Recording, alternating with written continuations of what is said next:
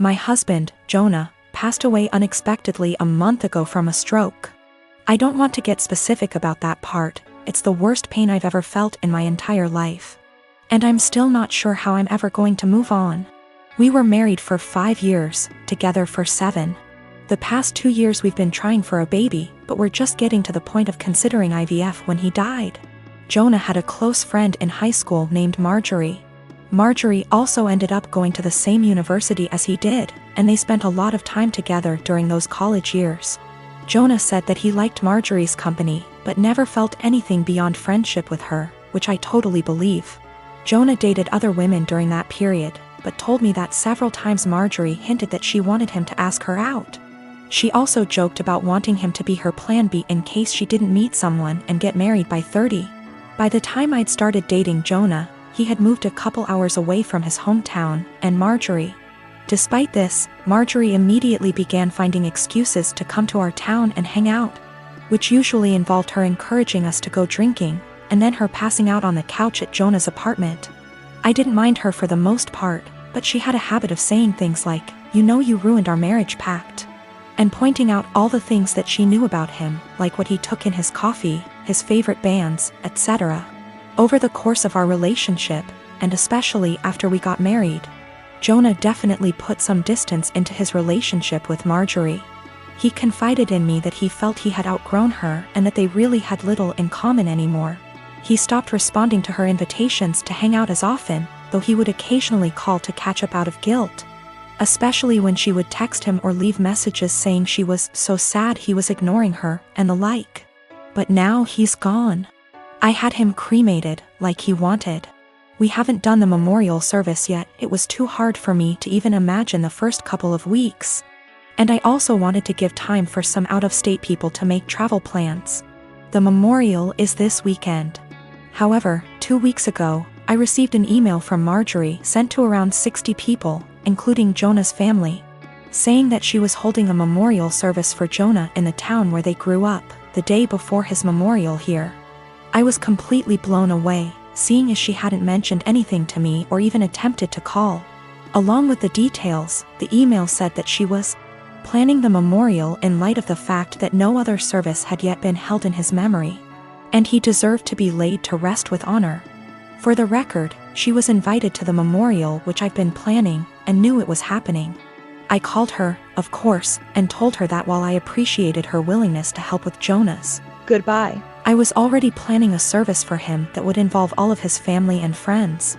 She immediately went on the defensive and said that she had only started to plan a service when she realized I wasn't willing to do it in a timely manner.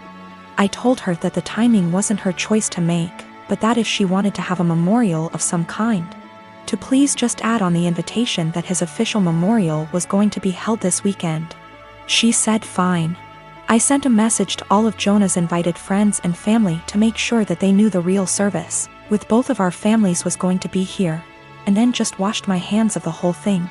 This week I received a message on Facebook from Jonah's cousin, saying that Marjorie, who has apparently blocked me on Facebook, created an event for Jonah's official memorial service, her memorial, and invited everyone she possibly could. I've been getting blown up with emails asking which day the memorial is, and where. I'm honestly furious. I don't have the emotional energy to deal with this. I ended up putting a post up on my wall, reiterating the date of his service here, and asking people to please share it.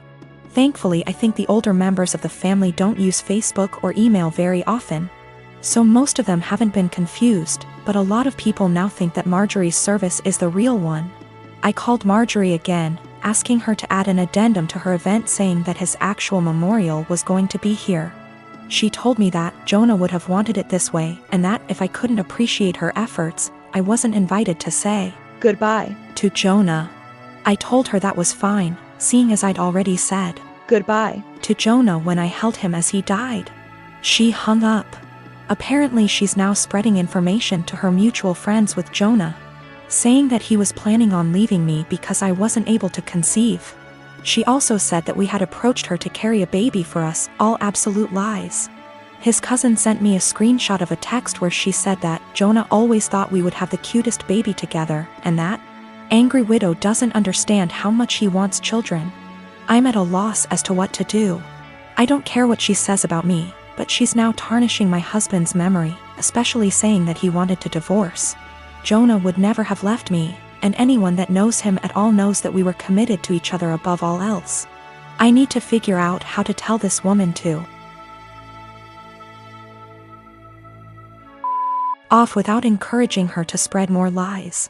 And I also want to just forget the whole thing and crawl in bed and never get up again. I am a 35 years old female, a musician, playing gigs and at an orchestra as a violinist. Rehearsals just resumed, so orchestra is my main source of income ATM. My sister, she's 26, is a social worker, working 3 days a week, so minimal income, but she adores her job.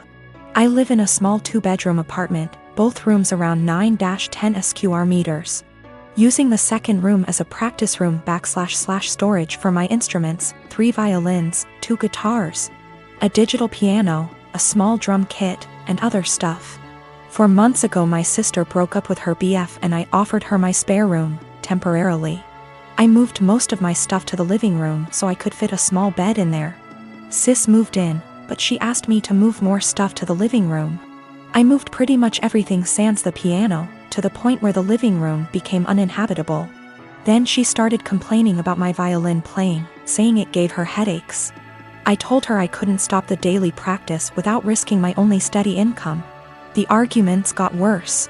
She told me to play only when she wasn't home, but with her work schedule I couldn't afford that.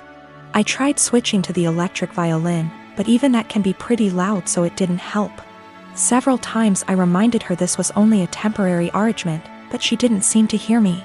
2 weeks ago I arrived home to finding my piano in the bathroom, near water and humidity, because my sis needed the space for her new double bed. When I told her she can't SRSLY expect me to store my piano there, she said, "Yeah, you will just have to sell it, I guess." I got so mad I told her she has 7 days to leave, but she didn't take me seriously. For a week I only talked to her to remind her how much time she has left, but she always laughed it off, told me to stop acting like a crazy person. When the deadline came I boxed up all her stuff while she was at work, booked an Airbnb bedsit close by and drove her stuff there. She was livid but couldn't do anything but take her new keys and stay there. The following week she kept calling me with an increasingly apologetic tone, saying she shouldn't have moved my piano or bought a bed. She promised she would put more effort into finding a new place. And by the end of the week I considered most of our issues at least addressed, so I drove to help her move back. But when I was carrying the first box down, she went, "I do hope you will at least stop with the violin this time." I absolutely refused to take more of that *****ing violin. I dropped the box, wished her good luck and left. Now, 2 days later, on one hand it feels like a huge overreaction to leave my own sister literally homeless because of an argument about the violin. I know she cannot afford to stay there, but on the other hand I have no plans to allow her back here, because I feel she would just continue crossing boundaries and never leave. I am a 51 years old male, and I have 3 children, 1 girl, 1 boy, and 1 child is gender neutral. My son Eric is the oldest, Eva is the middle child, and Charlie is my youngest. I'm still very new to the whole LGBTQ thing, so please correct me if I say something wrong. Now sadly when the children were all young their mother / my wife passed away in a car accident and I've been raising them by myself. Ever since as I've chosen to never remarry since my wife was / is the love of my life. I'll say I'm definitely not a perfect father, but I've done the best I could to raise my children. Now Eva has always been a bit more wild than her other siblings even before her mother's passing. Ivy tried everything ranging from having sit-down talks with her to putting her in therapy as well as taking parenting classes and reading books to see what I could possibly do to help. Therapy did seem to help a little bit but decided to stop soon after she turned 18. Now let me tell you the story as to why I'm here now. My daughter Eva still lives with me and Charlie as she goes to school, and has definitely been home more due to the pandemic, but has started to go out more now that they are letting up on some of the regulations. Now I was out getting dinner with an old high school buddy of mine, when I get a panicked call from my son who had been at my house hanging out with his siblings. To summarize what he told me, he got into an argument with Eva and Charlie sided with him. Eva became very volatile, and even called Charlie a slur, which is a big hell no for me.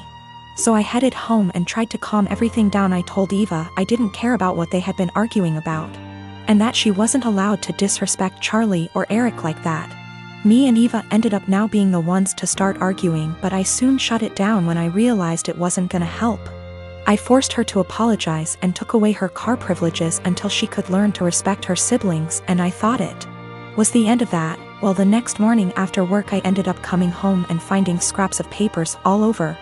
At first I didn't get it, but then soon found out that she cut up about half a dozen letters her mother had written me when I was much younger. I was livid. I know it was her because I have a couple cameras in my house. I just walked into her room and told her to get out. She was smug and rolled her eyes, but then I yelled, "Get the out of my house," and she realized I was serious. She was crying and screaming, but I had felt sorta numb at that point, and she left with a friend of hers. But now I feel like I was being too harsh, but I want to stand my ground. She did know about the cameras, but they're really just there for my dog. I have 3 siblings between the ages of 10 and 18. I'm the oldest, fourth at 25. Every year on every single one of our birthday, we're expected to celebrate my mom as well. We've done it since we were little. It was taught to me as giving thanks for carrying plus giving birth to us, which I'm all for. I am grateful as we wouldn't be here without her. The issue is though, it becomes less of our birthday and more so an anniversary for the day our mom gave birth. Every year on our birthday our mom gets gifts too. As we got older, we're now expected to get her monetary gifts, and not cards or homemade stuff. Just recently was my birthday and I was gifted some much needed clothes and dishware for my new apartment. My dad, however, got my mom a new MacBook. My siblings all got her gifts too. My youngest brother isn't expected to give much, but my 16-year-old sister and 18-year-old second brother work, so they're expected to give gifts too. My sister pulled me aside before my birthday and said she was sorry she couldn't get me much. She got me a sweater, I love it, and that she wanted to get me more, but our mom was pressuring her to get a certain necklace for our mom. Apparently my mom had been dropping hints for months, and my sister was worried our mom would be upset and feel underappreciated if she didn't get it.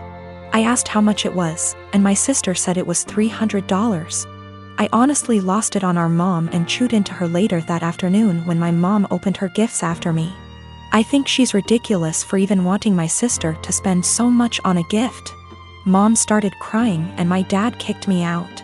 Mom won't answer calls, but my aunt, mom's sister, called and said I was a POS for not respecting my mother and that I'm a selfish, narcissist child for being jealous of the gifts mom got. I thought I was in the right, but now I don't know. It's been over 2 weeks and mom won't answer my calls. She's been posting on Facebook inspiration quotes about letting go of the toxicity in your life, how blood doesn't equal family, and how hard it is to be a mother. Several family members, aunt, grandma, uncle, and 2 of my cousins, are replying to the posts and are very obviously directing vague comments at me about being a horrible daughter. What to think now because of how many people are on her side.